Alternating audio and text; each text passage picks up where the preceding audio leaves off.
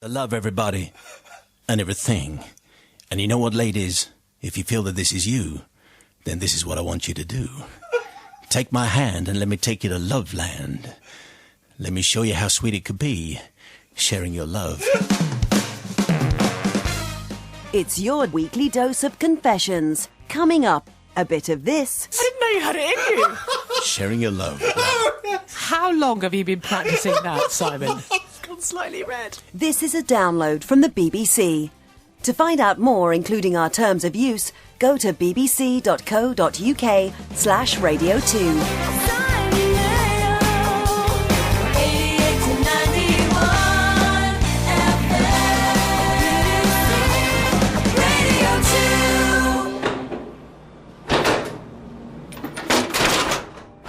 Hello and welcome to another Confessions podcast from your friends at Radio 2 Drive Time. This week we have a collection of terrible tales, including a cat catastrophe, some trainer trickery, a tannoy teaser, and some shambolic surface laying. You also get to hear me doing Larry from Float On by the Floaters. I surprised myself by being rather American. Anyway, here it all comes. Well, Brother Matt's here, the Mother Superior's here, coughing and choking like a good one. Yeah, I'm sorry, I don't know what's going on my chest at the moment, but something is. Fine. Really? And Sister Rebecca is here, as ever, of course, just making sure that we're all okay. Tonight's story comes from Mrs. Tinks. Shut up. Okay. Mrs. Tinks, that's what it says. You know, on the Steve Wright show, we had a Mrs. Cobweb on earlier. So we've had a Mrs. Tinks and Was a that Mrs. on the Cobweb. astrology section? On the astrology section. Was it kind of like a made-up name, No, it wasn't. It was her real name. you think? Okay. Well, we got Mrs. Tinks, and she sends in tonight's tale, Father Simon and the beloved brothers and sisters. I've been wanting to get this confession off my chest for 20 years. This misdeed happened back in my early days of parenting, when times were tough. And instead of taking in washing to support my family, I took in children. My daughter was born in March 1992, and my husband was made redundant 2 weeks before her birth. I was on maternity leave, but back in those days, SMP, statutory maternity pay, was very little, and we were severely broke. I was a qualified teacher and had, as part of my training, acquired a national child-minding certificate, so I could run an after-school club, that kind of thing. I decided that, as I was at home anyway with my baby, I would child-mind other toddlers during the day to supplement my income. I advertised and duly enrolled 2 of my friends' children for my child-minding enterprise. It worked out very well. My child had ready-made playmates, and I was being paid to look after 3 sweet little tots. I looked after 2 little boys, the same age as my daughter. One was very calm and friendly and loved coming to our house. The other was, shall we say, highly strung, and let's call him Lewis. He was the only child of an extremely anxious mother who had been in academia but had given it up to raise Lewis. She employed me 2 days a week, not so that she could work, but so that she could attend Pilates and assertiveness courses, that kind of thing. She was really strict about his diet and brought him up as a vegan, so I could only feed him organic, gluten-free items, which are very difficult to find in 1992. That's not obviously the definition of being a vegan, but anyway, so it had to be vegan food, organic, gluten-free in 1992. It's going to be a struggle. She checked what I fed him every day. I had to keep a food diary and only put him in terry nappies, so to say she was a pain is a bit of an understatement. Anyway, unfortunately, Lewis spent all day, every day, crying. This was very unsettling for the other toddlers, but everything I tried was useless. The only thing that stopped him crying was feeding him biscuits. Completely forbidden by Lewis's mother, of course. I tried making organic rusks and drying bananas and everything. The only thing that stopped him from yelling was a custard cream. You may think that this confession is about biscuit abuse, but I'm afraid, Father Simon, it's so much worse than that. One terrible day, the rain was pounding down and we couldn't go out. The toddlers were fractious and Lewis had been wailing all morning. I tried him on the banned biscuits. Even they weren't working. I was sitting on the sofa reading to the other 2 when I suddenly realised that the crying had stopped. Lewis was completely silent. But where was he? I went out to the kitchen to investigate and was met with the sight of Lewis stuffing his face. He was satisfying his hunger urges with whole handfuls of cat food. Unbeknownst to me, my husband had fed our cat, who of course hadn't eaten it. Lewis, bored of my storytelling skills, had crawled through to the kitchen and had devoured an entire bowl. He wasn't even a vegetarian, he was a vegan. This was real trouble. His mother would have self-combusted and probably sued me if she'd known. It was pretty poor cat food too, to be honest. So that's it, says Mrs. Tinks. I seek forgiveness for undoing all the mother's careful diet control for the faint smell of chicken that remained on Lewis when he returned home, for the outrageous nappy that would have occurred later, which she would have had to change, and she might have thought, aye, that's not normal, and for never feeding Lewis cat food again, because he was a natural meat eater. He didn't cry anymore. That day he had a tummy full of rotten cat food and everything was fine. Anyway, I don't know what happened to the mother in the end, but I hope Lewis grew up to be a rare steak man, says Mrs. Tinks. Anyway, lessons to be learned there. I think it's a struggle. So he never cried again after that? Is that what she's saying? Just one portion of cat food. Very confusing. Yeah, yes, because he was a natural meat eater. He didn't cry anymore. So, there you go. So she was feeding him cat food repeatedly. Well, I imagine maybe she just started a life of dishonesty as far as this other friend is concerned. Because if the mother, to be honest, if the mother's saying, there you go, I've got to go on my assertiveness course and my Pilates course, I think she's just... It's a difficult one, isn't setting it up nicely. Each to their own. I suppose if the mother wants to bring their child up as a vegan, she has every right to. Of course. But the child was obviously not that happy about it and was maybe a little bit hungry. So the mum does sound like she's a bit of a nightmare. And, you know, the childminder, it's really difficult because I am in this situation occasionally. You know, you kind of don't want them to feed your kids sweets the whole time, but I can understand if the child is crying why you'd want to. So it's quite a difficult one. I think the cat food... have any of your childminders ever fed your children animal feed? Not animal feed, as far as I know. They probably wouldn't have told me. But I think the cat food actually wasn't Mrs. Tinks's fault. It wasn't... If she'd done it intentionally, I'd say you're definitely not forgiven. But as it was a mistake, you are forgiven. Thank you, Mother Superior. See, I've never understood this thing of mothers wanting to put their own interpretation on what a child should eat. I think, you know, to a certain extent, you do allow your child to eat what you think is good. But I think to actually be that strict about how old was little Lewis again? Well, they're all toddlers. Yeah, to put that strict an interpretation on a poor little child that he couldn't eat so-and-so. I mean, Give him a biscuit. Absolutely. I mean, I would have done. I was a vegetarian when my son was born, but I always had chicken nuggets in the freezer for him, and I would never stop him from eating something if he fancied it. So you get a full range of high-quality food available. I wasn't actually going to cook the meat myself. So yes, I think that in the circumstances that a biscuit is probably the right... I'm not sure the cat food wasn't Mrs. Tinks's fault, as Rebecca said, so you're forgiven. Thank you. And now Brother Matthew's very hard on these things. Yeah, it sounds to me like Lewis would have eaten anything he could get his hands on. Yes, I mean, so. if he's going into the kitchen and go, what can I have to... Oh, I think I'll have the cat food. Poor child is starving, clearly. And what's wrong with custard cream for a kiddie? Nothing wrong with that at all. Yes, but that is hilarious. What a way to start the week. I'm definitely going to forgive. Well done. This is Radio 2 Drive Time Confessions. Here's another one. You can send yours via the website. You can email confessions@bbc.co.uk. This one from, it just signed Doctor. Not the doctor, just a doctor. Dear everyone and everything holy. The answer will be no, but I seek forgiveness anyway. I am a respectable and respected doctor in the southwestern area of the UK. I hope that's vague enough. I have a son, Tim, and a daughter, Charlie, both charming, of course, and they both go to our local primary school, where normally they get on with just being 10 and 8, and all is well, apart from George. My theory is that every school has at least one George.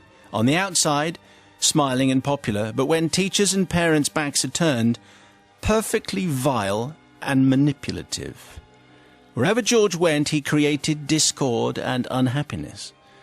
He's in the same year as my son, so Tim has often come home unhappy at something that George has said or done. Being friends one minute and then apparently enemies the next with snide comments and hurtful put-downs. Many times I considered calling his parents, but never quite bringing myself to do it. However, when Charlie, my daughter, came home as well, complaining of George's playtime nonsense, I really felt annoyed. Apparently he'd run around flicking the girls' legs with his fingers, but when they told the teacher, he denied it and said it was my son Tim who did it. Well, we made the appropriate comments to the school, but more to the point was what happened the following week. It was sports day. At our what? Tripped him up. Do you think? I don't know. That's what you'd have done? Yeah. At our school, this is a fairly traditional affair and enjoyed by most. George, of course, is great at everything. He could spend the afternoon winning medals and annoying everybody. Most parents had to steel themselves for his triumphs in the throwing of things and the running of races. His parents were quite sweet, really. They just didn't get the "isn't he great" routine. It was a little grating on everybody else. We all wanted to say, yes, he is great, apart from when he's making our children utterly miserable. But we didn't. Anyway, cut to the end of sports day, and it's the relay race. 4 keen teams all poised and ready. My Tim is ready to start in lane 1. George, racing in another team, was due to run last, and presumably, triumphantly, over the line. Except, what's this? The race is delayed. It can't start. George appears to have lost his running shoes. They were there with all the others a minute ago, apparently, but now they aren't. And he can't run barefoot, apparently, because it's against the rules. He'd better borrow someone else's, but the only forthcoming pair are clearly a size too big at least. So after quite a fuss, we're ready to go.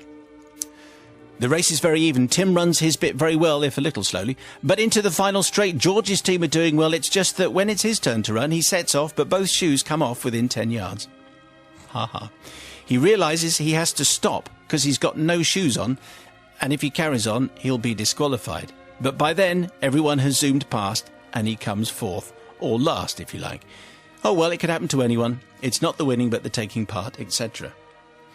Except that, and I realise this sounds really bad now, when they all removed their shoes for a trampoline demonstration, and I was checking that Tim knew where his were, I hid George's shoes under a nearby tarpaulin. They were discovered later, but by then, the damage had been done. In my defence, I truly believe that you would have done the same if you had a George in your son's class, and he did seem to be a little chastened after the event. So come on, let me off, says the doctor.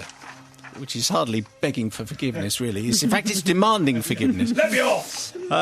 Well, I guess your reaction to this is going to depend as to whether you too have had a George in your class. Perfectly nice and decent, and then parents' backs turned, vile and disgusting, and then what do you do about it? How do you react to it? Oh, do you take the law into your own hands, Sister Rebecca? You know, I think I probably just would have had a word with George, actually. But you're probably not allowed to do that, are you? Oi, George, you're vile. Yeah. Stop it. Because the thing about that, hiding his shoes, is that George might not have realised that it was because he was so vile, and it may not have chastened him. He may have just carried on. He needed to know that his behaviour was wrong and punished for it openly, I think. Although I do quite like the fact that his shoes were hidden by a grown-up. You can imagine that some of the parents were going, oh, that's such a shame, poor George. Oh, well, never mind. Exactly. So it's a bit a difficult one, isn't it? Because, don't like bullies. On the other hand, I don't know if it was... look, he does say he was chastened, right? So I'm going to give him the benefit of the doubt and believe that that was true and that he learned a lesson. So, Doctor, you're forgiven. OK. Mother Superior, how do you feel about this one? Thank you, Rebecca. Oh, sorry. That's right. It's a moral conundrum. It's like the moral maze, really. This. It is. I mean, and I'm not sure that if you'd have taken him aside and told him he was vile, it would have made any difference, in all honesty. It's kind of not your job either, is it? It's not really. And I think if he's just a kind of a troublesome child behind everybody's back, then he is, and there's nothing you can do about it. So, I might have been tempted to do the same. I think you would. I really would. If my little Harry had been, beaten all the time. Remember, Rebecca said she was just going to trip him up, which might have been That's true. more yes. effective. But, I think the shoes thing is great, especially as he was slightly humiliated as well by losing his shoes halfway along. I'm not sure that it's right, though, Doctor. Glad I haven't been to your surgery any time recently, and I'm not going to forgive you. OK, Brother Matthew, how do you think about this I love the fact that we've got a pillar of the community, a doctor, hiding children's shoes under a tarpaulin so that he'll He's a desperate parent. lose his race. Parent, Yes, clearly. I think I'm not going to forgive, and that's because if I'd have been in his position, I'd have then confronted George at the end and said, I took your shoes and I hid them under the tarpaulin. What are you going to do about that, sunshine? Nothing at all, because I'm older than you. Unlucky, pal. You're Come a back primary when you're school 12. child and I'm 50. Yes. And I'm a GP.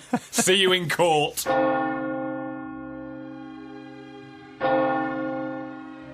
It's Harry's confession. Harry, thank you very much indeed. Dear Father Simon and the compassionate few.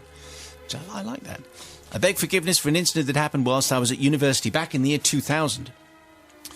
You see, Father Mayo, ever since I can remember, my mother had always chastised me for never being able to sit still. It drove her mad. She always warned me one day it would be my undoing. My mother, it turns out, was wiser than I thought. As part of my degree, I had to create a short film, which was the major piece of coursework within a unit of documentaries. I had eagerly teamed up with a small band of 4 other students, and we'd elected to do a documentary about the 17th century Pendle witches, which was cunningly entitled The Pendle Witch Project. Despite early versions of cinematic grandeur, it was soon clear... despite early visions of cinematic grandeur, it was soon clear on looking at the rushes it was going to be as dire as the title suggested. This was not helped by the fact that we were forced to edit said documentary as a 5-man team using very old editing equipment. Equipment that was only really designed for one person. So we took it in turns. With hindsight, this is probably where the problems began. The editing studio resided on the 2nd floor of an ugly building on campus. It had no windows and was remarkably cramped. All that there was this editing kit, shelves full of media-related bump, and a large round desk, which also was a sound desk. It was the middle of the afternoon, and we had spent almost all day in the studio editing and arguing over whether or not it mattered that you could clearly see a Ford Granada in the background of what was meant to be a historical reenactment. I had finished my stint in the hot seat and took my place at the back of the room, where I could expect to spend the next couple of hours peering over someone else's shoulder whilst they toiled equally fruitlessly to finish this film. I started to get bored. Looking around the room for something to distract me, I am a fidget, you'll remember, my eyes fell upon the sound desk. I'd never used one before. It looked quite cool, I thought, and on it I spotted a microphone, and below that, a big red button. Oh, no, it's going to be very tempting. If ever there was something I shouldn't touch, I thought, this was probably it. Well, I resisted for about a minute, and then I pushed it. Nothing happened. Curiosity satisfied, I returned to watching the documentary being crafted. Knowing that the button did nothing, it wasn't long before I was pushing it at fairly regular intervals, just as something to do. At one point, I decided to say into the microphone, in my best radio DJ voice, "Here's one for all you truckers out there." I don't know why I said that, but that's what I did in my best radio DJ voice. Nor do I know why, a few minutes after that, I also decided to press the button and say, Car 67, come in, please. We have you for a pickup. Anyway, I'd heard it on the record. I thought I'd give it a go. And then I tried my pièce de résistance. Now, this all depends whether you remember Float On by the Floaters. So I pressed the red button and said, "Ladies, my name is Larry, and I like a woman that loves everything and everybody. Because I love everybody and everything. And you know what, ladies? If you feel that this is you, then this is what I want you to do. Take my hand and let me take you to Love Land. Let me show you how sweet it could be, sharing your love." What's going on? This is Larry. superb. He's pressing the button. Simon, I didn't know you had it. I didn't know you had it in you. Sharing your love. How long have you been practicing that, Simon? It's gone slightly red. It was about 30 seconds later that all hell broke loose. The studio door was violently flung open and a bearded man in a suit charged in, somewhat out of breath, shouting, "Who the hell is using the wretched tannoy system?" And then the terrifying words, "Don't you know that there are exams on?" No. You see, Simon, it turns out that the button did do something after all. It controlled the broadcast system for the whole northern side of the campus, including several of the big halls in which approximately 200 people were taking their important exams. And every time you pressed the button, it went, and then broadcast whatever it was you were saying. Just do one of those voices, one sentence. Go on. "Ladies, I like a woman that loves everything and everybody." Anyway, I heard later that it had caused such a furore that one of the exams had to be extended to make up for the time lost in the distraction. Luckily, none of my fellow documentary makers dobbed me in, and to this day I have carried this shameful burden Couldn't be difficult to work out Well, I was going to say. who had done it. I would like to apologise to all those whose exams I probably ruined, and most of all, I'd like to apologise to anyone who had to watch the Pendle Witch Project. It's 45 minutes of your life you'll never get back. I humbly seek forgiveness from the collective. Okay, very good. So it's Harry, it's Harry's tale. He was trying to make a documentary. He got bored, he's a fidget, he pressed the red button, pretended to be a DJ and a taxi driver, controller, and then Larry from the Floaters. Okay, so let's see what happens. I do not think that is a shameful burden at all. I think he should be proud of that. I mean, the quality of the broadcast going through that tannoy. I mean, if it sounded anything like you just did, Simon. Ladies. He should be very proud. I think it's great and a very, very funny confession. So, Harry, you're completely forgiven. Okay, Mother Superior now. Yeah, I agree. I mean, I think probably, if anything, he made the people who were taking the exams, he made them laugh, so they relaxed, so they probably did better than they would have done normally. By the way, I was a very fidgety child myself, to the point where my mother thought I had a disease called St. Vitus dance, and she took me to the doctor, thinking that because I never stopped fidgeting. So I have some sympathy. I'm a fidget. Are you? Absolutely. You drive people mad. Yeah, I used to be. I'm not so bad now, but I used to be as a child. Anyway, you're utterly forgiven. Very, very funny story. Well done. Brother Matthew. Do you know what? Anyone listening to this confession is going to be thinking, if they ever get access to a microphone that's going to have access to a tannoy system, what you're going to want to do is, ladies. My name is Larry. And everything. And everybody. Oh, that was superb. I love that. And also, how did they not work out it was him? Apparently, he was the only guy in the room with the microphone with the red button. It was obviously him. So I'm definitely going to forgive just because that was hilarious. And it got you doing that voice for a good 30 seconds. You almost turned into another person. It was quite extraordinary. It was superb. A handsome person. Thank you I mean, very not much. that you're not normally. No, do you know what I keep mean? digging.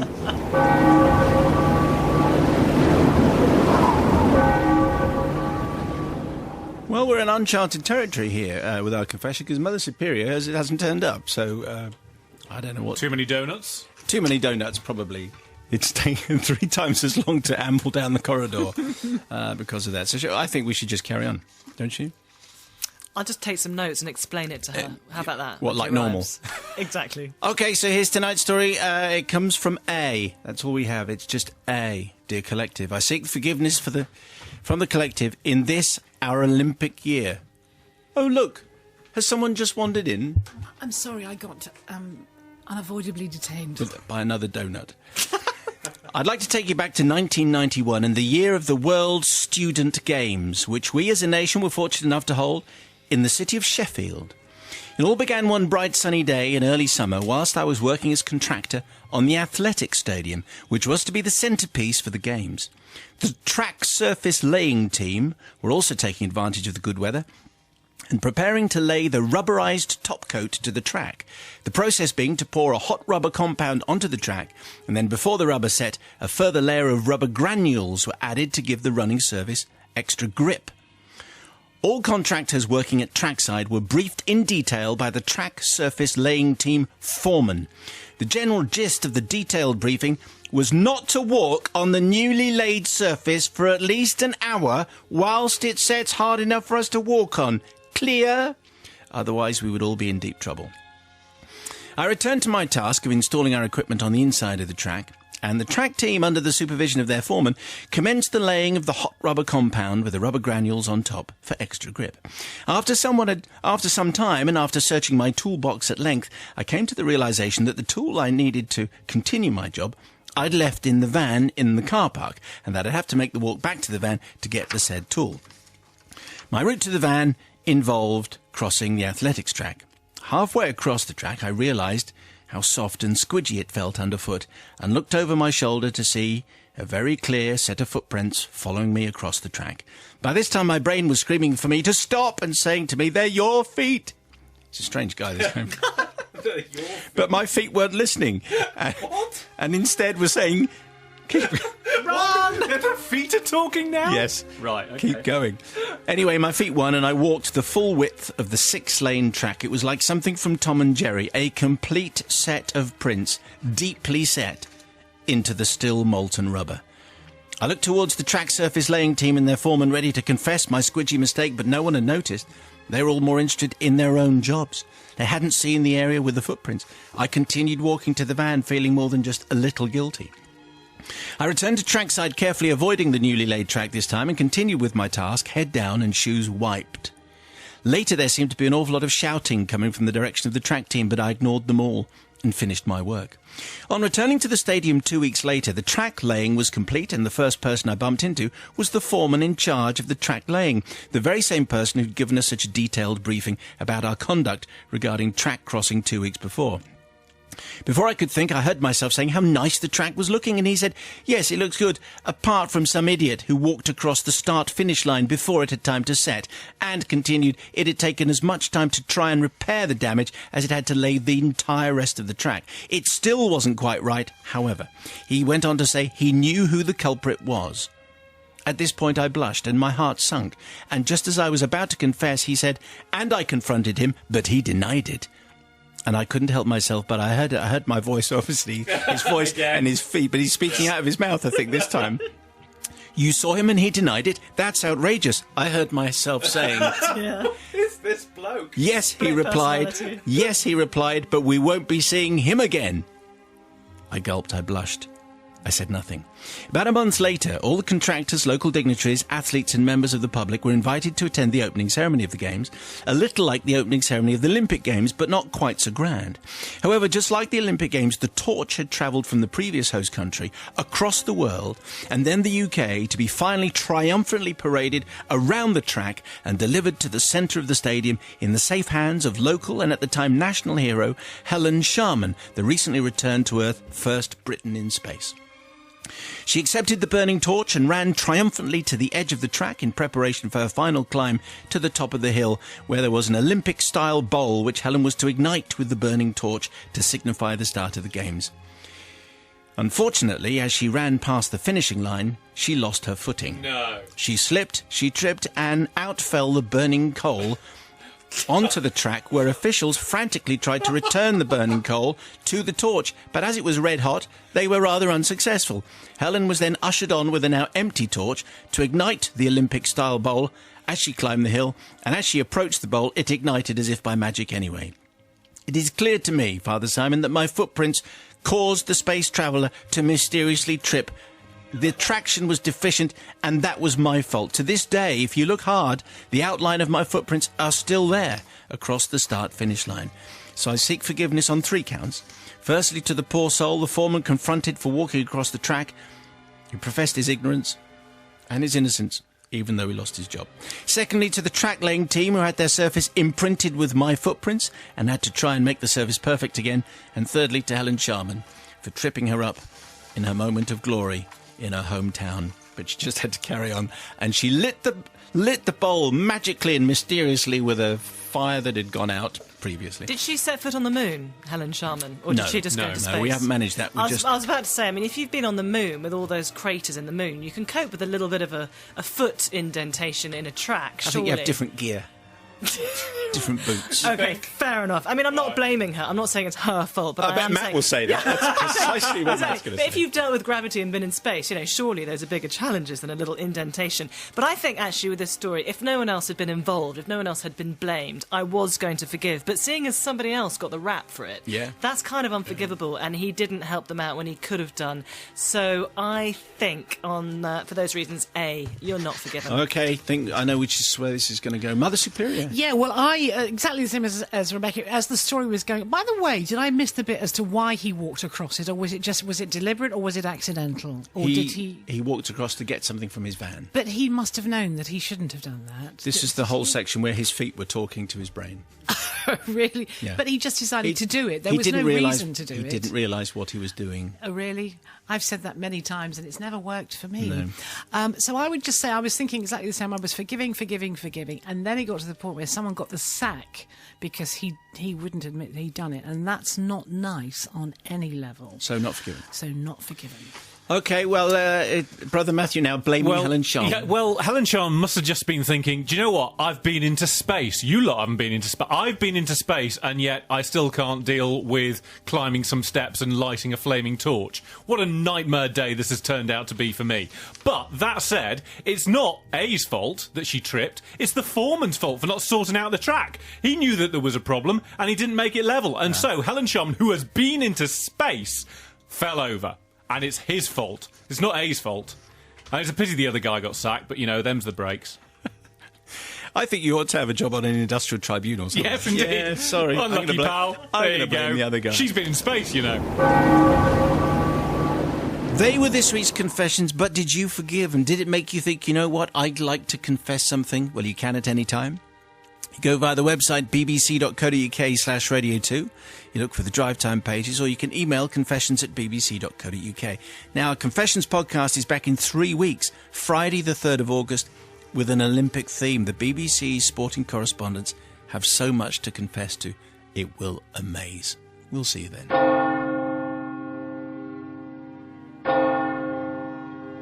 If you want to hear more from Simon and the team, tune in every weekday from 5 p.m.